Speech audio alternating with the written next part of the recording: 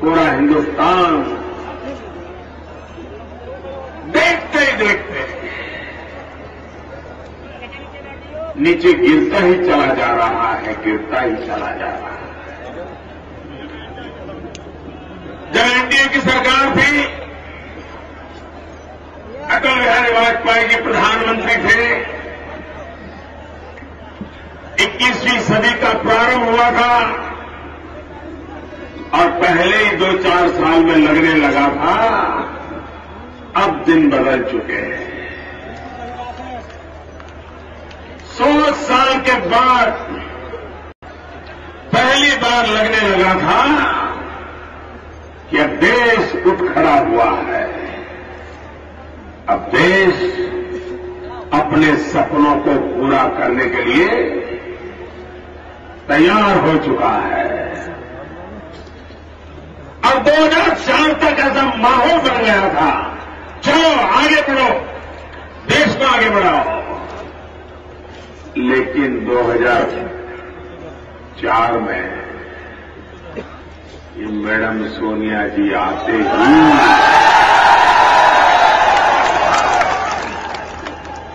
सबका सब चौपट हो गया।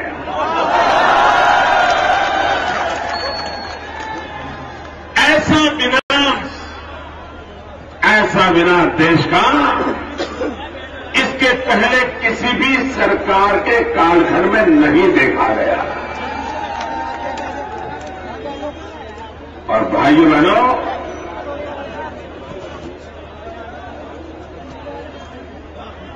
आज देश की दशा ऐसी है, 10 साल हो गए, 10 साल देश के प्रधानमंत्री को कांग्रेस के लोग भी अपना नेता मानने को तैयार नहीं। आप ये हमारे मीडिया वालों को समय हो तो इतना काम कर दें, एक 100 लोगों से पूछे, हो 100 लोगों का इंटरव्यू करें, उनको पूछे कि वे बताइए कांग्रेस का नेता कौन है। 100 में से एक भी व्यक्ति मनमोहन सिंह जी का नाम नहीं बोलेगा। अगर देश के प्रधानमंत्री की कोई इज्जत ही नहीं होगी, अगर कांग्रेस में कोई उनको पूछेगा नहीं, तो सरकार में कौन पूछेगा? वो मुलाजिम उनकी बात मानेगा क्यों भाई? अरे चपरासी भी उनकी बात सुनेगा नहीं, ड्राइवर भी उनकी बात सुनेगा नहीं। एक प्रकार से इन्होंने देश को अंदर से खोखला कर दिया, व्यवस्थाओं को तोड़ दिया, संस्थाओं का मूल्य जीरो कर दिया। पद प्रतिष्ठा गरिमा ये व्यवस्थाएं चलाने के लिए जरूरी होती है, लेकिन उन्होंने एक परिवार की भक्ति में, एक परिवार की आरती उतारने में कांग्रेस पार्टी ने देशभक्ति को भी नकार दिया। और उसी का कारण है कि आज हम इतने संकटों से जूझ रहे हैं। भाइयों बहनों, किसान खेती करता है, उसको फसल का दाम मिलना चाहिए कि नहीं मिलना चाहिए?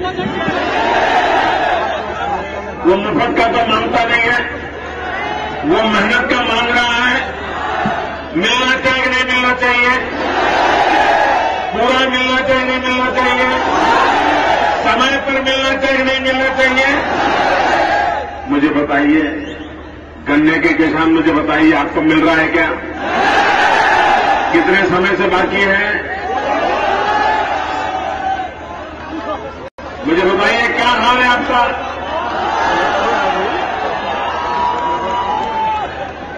अगर गन्ने के किसान को मेहनत करके पेट भरने के लिए गन्ना तैयार करने के बाद भी अगर उसका पैसा उसको साल साल तक नहीं मिलता तो बेचारा जिएगा कैसे, बच्चों को पढ़ाएगा कैसा। जवान बेटी घर में होगी, शादी करना तय किया होगा, इस साल इतने गन्ने हो जाएंगे, इस गन्ने में से इतनी आय हो जाएगी, बेटी जवान हो गई है, शादी करवा लूंगा, लेकिन अगर गन्ने के पैसे नहीं आएंगे तो बेटी का हाल क्या होगा मेरे भाइयों बहनों। सवाल रुपयों पैसों का नहीं है, सवाल किसान की जिंदगी तबाह हो रही है, उसके सारे सपने तबाह हो रहे हैं। और इसलिए भाइयों बहनों, और कभी कभी तो क्या चालाकी करते हैं, चीनी के कारखाने देर से चालू करते हैं। गन्ने का किसान तो मरना है तो मरे, इन पैसों वालों का खेल चलता रहे। भाइयों बहनों, आपके उत्तर प्रदेश में जितने चीनी के कारखाने हैं, मेरे गुजरात में उतने नहीं, 19 है, लेकिन कोई भी धनी उसका मालिक नहीं है।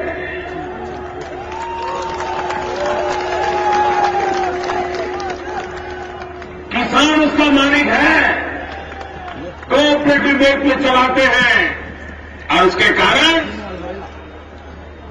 फसल बोने समय ही तय हो जाता है किस चीनी कारखाने में किसका गन्ना जाएगा और कितना पैसा एडवांस मिलेगा, कितना पैसा बाद में मिलेगा, तो गन्ना बोते ही तय हो जाता है। आप मुझे बताइए,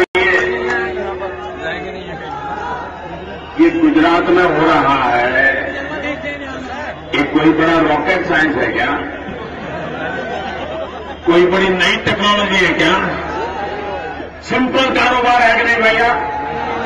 किसानों के प्रति जिम्मेवारी का भाव है कि नहीं है? किया जा सकता, नहीं किया जा सकता?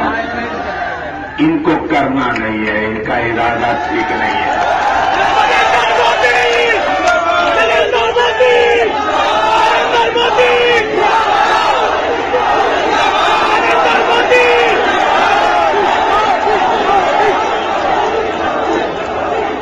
भाइयों बहनों, मुझे बताइए, ये अपना नगीना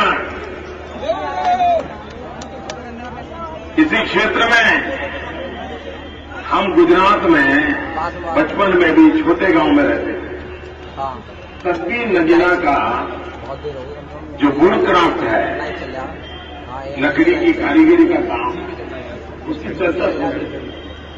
आज है क्या कुछ बताए नहीं? बचपन में हम सुनते थे, क्या उसको आधुनिक नहीं बनाया जा सकता था? इतनी बड़ी इंस्टीट्यूशन चलती है, एनआईडी, क्या ऐसे डिजाइन बनाने वाले विद्वान लोगों को लगा करके नगीना की नई पीढ़ी को कंप्यूटर के साथ जोड़ करके नई डिजाइन बने, कैसे उनके हाथ में जो कला है उस कला को टेक्नोलॉजी से कैसा जोड़ा जाए, वो माल जो यहां बेचते हैं वो दुनिया के बाजार में बेचा जा सकता है कि नहीं बेचा जा सकता है? पूरे विश्व को हमारे देश के हैंडीक्राफ्ट के लिए हम पागल कर सकते हैं, पागल कर सकते हैं। पूरा विश्व हमारे हैंडीक्राफ्ट को खरीदने के लिए पागल हो सकता है। जैसे स्विस घड़ी के लिए दुनिया को पागलपन लगता है ना, वैसे ही नगीना के लकड़ी के काम पर दुनिया को पागलपन लग सकता है। करने का इरादा चाहिए दोस्तों। इतने नौजवानों को रोजगार मिल सकता है, लेकिन भाइयों बहनों, इनको वोट बैंक की राजनीति करनी है, इसके सिवा इनको कुछ करना नहीं है। अभी शहजादे जी ने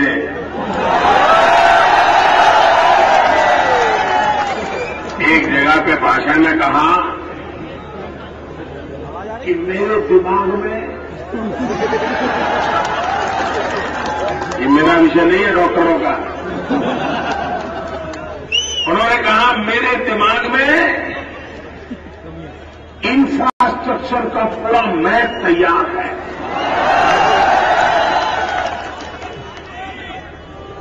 अरे शहजादे जी, आपको मैप बनाने में 60 साल लग गए, मैप बनाने में धरती पर उतारने में 600 साल लग जाएंगे।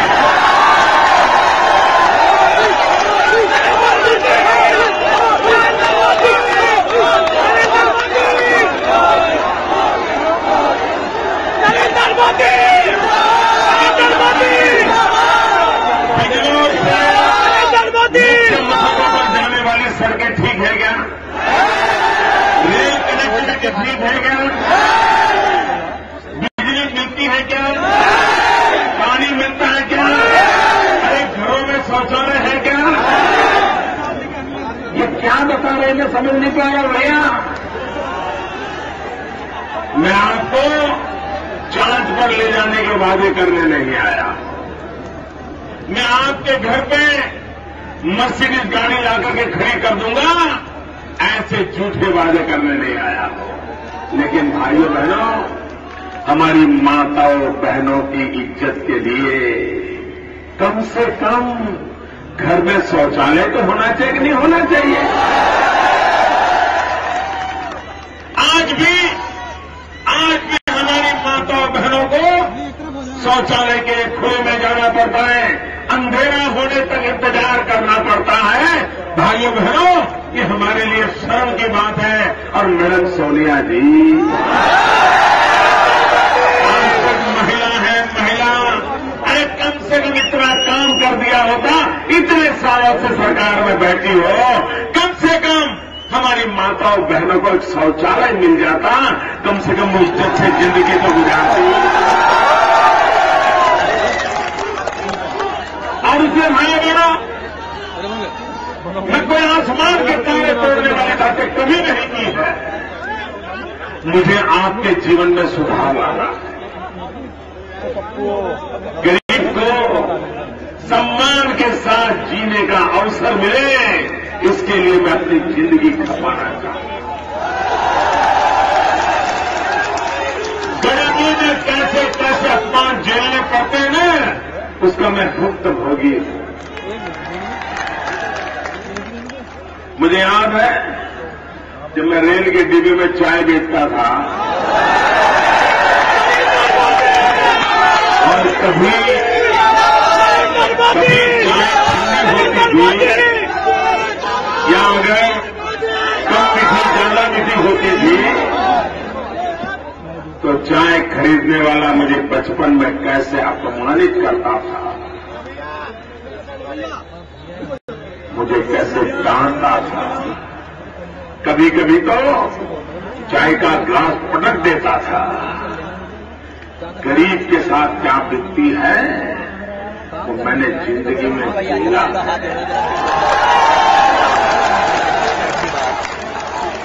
और इसलिए भाई बहनों,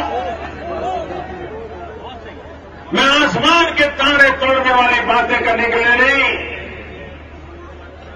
मैं सामान्य मानवी की जिंदगी में बदलाव लाने के लिए एक सेवक के रूप में आपका आशीर्वाद चाहता हूं।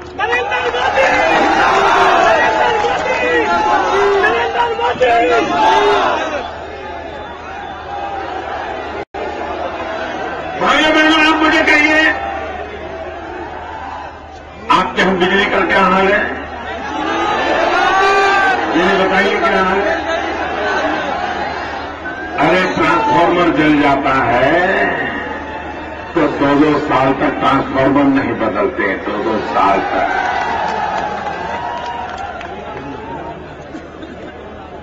और ये मैंने बड़ा विचित्र देखा जी, यहां पूरे उत्तर प्रदेश में बिजली का संकट है, लेकिन कुछ खास लोग हैं, उनके यहां बिजली की तकलीफ नहीं है। ये भेदभाव क्यों? क्या उत्तर प्रदेश के सभी नागरिक समान नहीं है क्या? क्या उन सबको समान रूप से अवसर मिलना चाहिए कि नहीं मिलना चाहिए? लेकिन भाइयों बहनों, जो बिजली में भी राजनीति करे, जो पानी पहुंचाने में भी राजनीति करे, जो अपने परायों का भेद करे, भाइयों बहनों, उनको शासन में बैठने का हक नहीं होता। अभी मैडम सोनिया जी, अब कांग्रेस के पास कोई मुद्दा बचा नहीं चुनाव में, कोई मुद्दा नहीं। 10 साल से मोदी को गालियां इतनी दी कि सारी डिक्शनरी खत्म हो गई।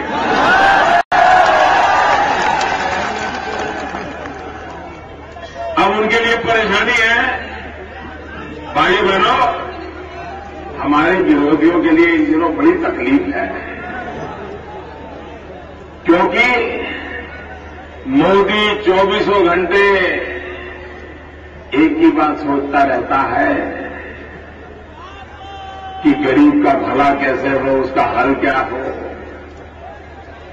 नौजवान को रोजगार कैसे मिले, बेरोजगारी का हल क्या हो,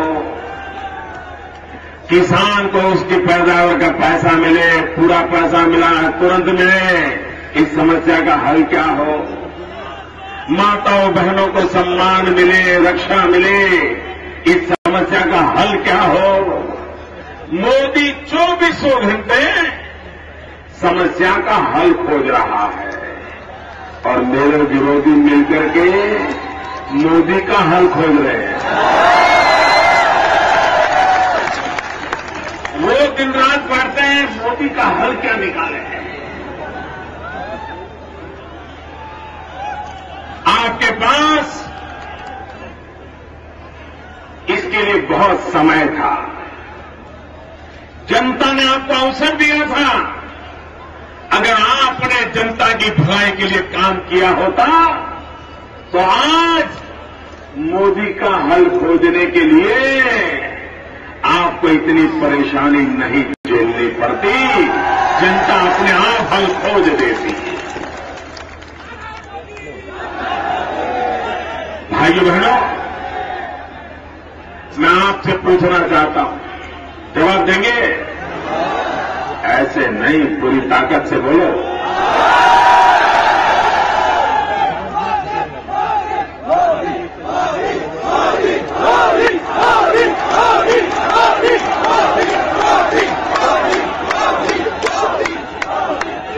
भाइयों बहनों, आप मुझे बताइए, आपके माता पिता जिस प्रकार की जिंदगी से गुजरे हैं, क्या आप भी वैसी ही जिंदगी गुजारना चाहते हो? आपके माता पिता ने जो कष्ट झेला है, आप भी वही कष्ट झेलना चाहते हो? आपके मां बाप ने बर्बादी का मंजर देखा है, क्या आप भी चाहते हो? आप बदलाव चाहते हो कि नहीं चाहते?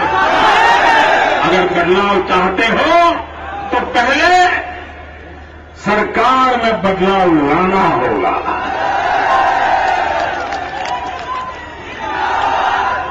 कांग्रेस मुक्त भारत बनाना होगा। और ये उत्तर प्रदेश में एक कांग्रेस के जो 2 सिपाही सालार हैं, जो लखनऊ में तो कुश्ती करते हैं, दिल्ली में जाके दोस्ती करते हैं, ये वो टीवी पर आता है WWF, मुर्रा कुश्ती, ये सपा बसपा कांग्रेस, ये WWF वाले हैं, मुर्रा कुश्ती वाले लोग।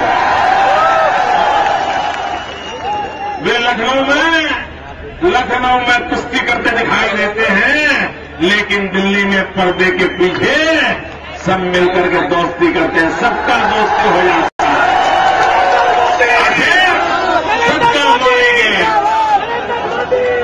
सबका मारेंगे, सोया ने सपा, बा ने बसपा, काय ने कांग्रेस और इनका मालिक होता क्या? ये भाइयों बहनों, ये नूरा कुश्ती करने वाले लोग, ये WWF वाले लोग आपको गुमराह कर रहे हैं। और इसलिए भाइयों बहनों, मैं आज इन्हें भी हटाना इस बिजनौर जिले से ऐसे कर रहा मोदी तुम्हारी तरफ पूरे उत्तर प्रदेश की जनता को प्रार्थना करना चाहता हूं। मैं भूमि से भैया खड़े कहाँ? पूरे हिंदुस्तान के मतदाताओं को प्रार्थना करना चाहता हूं। हमने बहुत नुकसान झेल चुके हैं। दुनिया तेज गति से दौड़ रही है, हम पीछे जा रहे हैं। हमारे बच्चों का भविष्य बिगड़ रहा है, हमारे नौजवानों का भाग्य अंधेरे में आकर के लटका हुआ है। और इसलिए भाई बहनों, अब वक्त मत बगाड़िए, अब वक्त मत बिगाड़िए। कभी कभी तो लगता है जितने दिन ज्यादा ये लोग सरकार में रहेंगे ना, इतने साल हमारी बर्बादी बढ़ने वाली है। उनका एक एक दिन हमारा एक एक साल तबाह कर रहा है। और इसलिए समय की मांग है, हम दिल्ली में सरकार बदले। भाइयों बहनों, आपको तो पक्का विश्वास है ना सरकार जाने वाली है? जरा जोर से बोलो, पक्का विश्वास है ना? भाइयों बहनों, सारे देश में एक ही आवाज है, इनका जाना तय है। ये बचा नहीं सकते, कोई बचा नहीं सकता। अब सीबीआई भी ये कांग्रेस को बचा नहीं सकती, कोई नहीं बचा सकता। लेकिन भाइयों बहनों, आप मुझे बताइए, क्या आप चाहते हो कि दिल्ली में ढीली ढाली सरकार बने? जरा जोर से बोलो, आप चाहते हो दिल्ली में ढीली ढाली सरकार बने? आप चाहते हो दिल्ली में पर्दे के पीछे खेल खेलने वाले फंस जाए? आप चाहते हो पर्दे के पीछे जो लोग हो सरकार को नचाते और सरकार नाचती रहे? भाइयों बहनों, देश में सरकार तो बदलनी है, लेकिन मजबूत सरकार लानी है। और आप भाइयों बहनों, आपने शासक बहुत चुने हैं, 60 साल तक शासक चुने हैं। एक बार सेवक को चुन करके तो देखो। आपने 60 साल दिए हैं मेरे देशवासियों, मुझे 60 महीने तो दो। लेकिन मुझे कुर्सी पर बैठने के लिए आपके आशीर्वाद नहीं चाहिए। मुझे पद प्रतिष्ठा गौरव भुगतने के लिए आशीर्वाद नहीं चाहिए। मुझे मुकुट पहनने के लिए ये सर पैदा नहीं हुआ है। मुझे तो बिंदास होकर के, निश्चिंत होकर के 60 महीने तक दिन रात आपकी सेवा में खपा सकूं, ऐसी सरकार चाहिए। मैं इरादा साफ बता देता हूं, मैं एक पल मेरे लिए खर्च नहीं करूंगा। मैं आपको वादा करता हूं भाइयों, मैं जितने दिन आपके आशीर्वाद से जहां बैठूंगा, मैं सिर्फ आपकी सेवा के लिए समय खपाऊंगा। लेकिन इसके लिए मजबूत सरकार होना जरूरी है। ढीली ढाली सरकार नहीं चलती है। अरे बच्चे भी स्कूल में अगर मास्टर जी ढीले होते हैं ना, तो बच्चे कहते हैं मैं स्कूल नहीं जाऊंगा, मेरे मास्टर जी में मजा नहीं आता। ऐसा होता नहीं होता है? अरे छोटे छोटे बच्चे को भी मास्टर जी जरा दमखम वाले चाहिए, तो देश को सरकार कैसी चाहिए?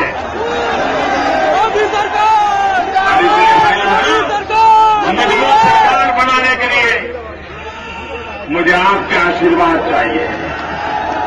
और मजबूत सरकार का मतलब है 300 से कम लोकसभा के सभ्य आने नहीं चाहिए।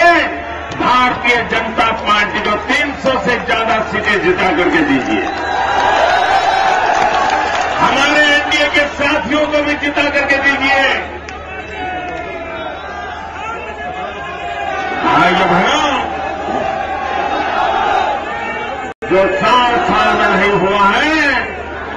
सारी कठिनाइयों को मैं 60 महीने में दूर करके रखूंगा।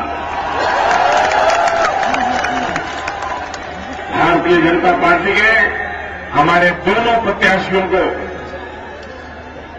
भारतीय जनता पार्टी के हमारे इन दोनों प्रत्याशियों को भारी बहुमत से विजयी बनाइए, कमल के निशान पर बटन दबाइए, उत्तर प्रदेश से 80 के 80 कमल भेज दीजिए। मैं आपको मजबूत सरकार देने का वादा करता हूं।